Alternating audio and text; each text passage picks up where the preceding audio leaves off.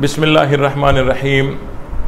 14 मार्च 2010 ये हज़रत अल्लामा मौलाना अब्दुल गफ़ूर नदीम शहीद रहमतुल्लाह अलैह का यौम शहादत है।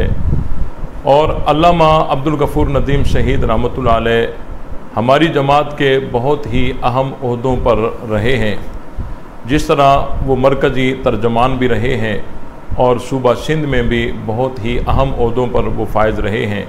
उन्होंने अपनी ज़िंदगी में नामूस सहाबा का जो अलम उठाया और मिशन हक नवाज़ की तामीर तरक्की के लिए जो उन्होंने काम किया, जो मेहनत की और जो उनकी खिताबत थी और उस खिताबत के अंदर जो लताइफ और जो उनकी एक काबिलियत की अक्कासी करती थी वो किसी से ढकी छुपी नहीं है। अल्लाह ताला उनकी शहादत को कबूल फरमाए।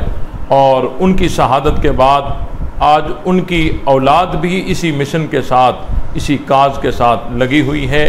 ये एक बहुत बड़ी दलील है उस शहीद की कि उस शहीद ने अपने घर में यही तरबियत की कि अगर मैं इस जमात पर जान कुर्बान कर जाऊं तो आपने मेरी जमात को छोड़ना नहीं है। आज हम तजदीद अहद करते हैं। अल्लामा अब्दुल गफ़ूर नदीम शहीद रहमतुल्लाह अलैह के काज और मिशन को हम इंशाअल्लाह पाए तकमील तक पहुँचाने के लिए अपनी पूरी कोशिश करेंगे। अगर हमें जान देनी पड़ी जान दे देंगे, लेकिन उनके मिशन से हम रूगर्दानी नहीं करेंगे।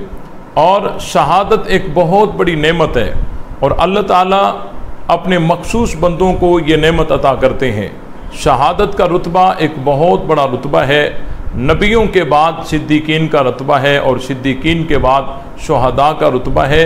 और ये आम कोई आदमी को नहीं मिलता। लोग तड़पते हैं, दुआएं मांगते हैं, तहज्जुद पढ़कर दुआएं मांगते हैं, तड़पते हैं, लेकिन अल्लाह जिसे चाहता है उसे शहादत जैसी मौत अता करता है। इसलिए हमारी दुआ है कि अल्लाह ताला शहीद के दर्जात को बुलंद फरमाए और उनकी शहादत को कबूल फरमाए और हम सब को इखलास के साथ उनके मिशन को पाए तकमील तक पहुँचाने के लिए दिन रात इखलास के साथ मेहनत करने की तौफीक बख्शे।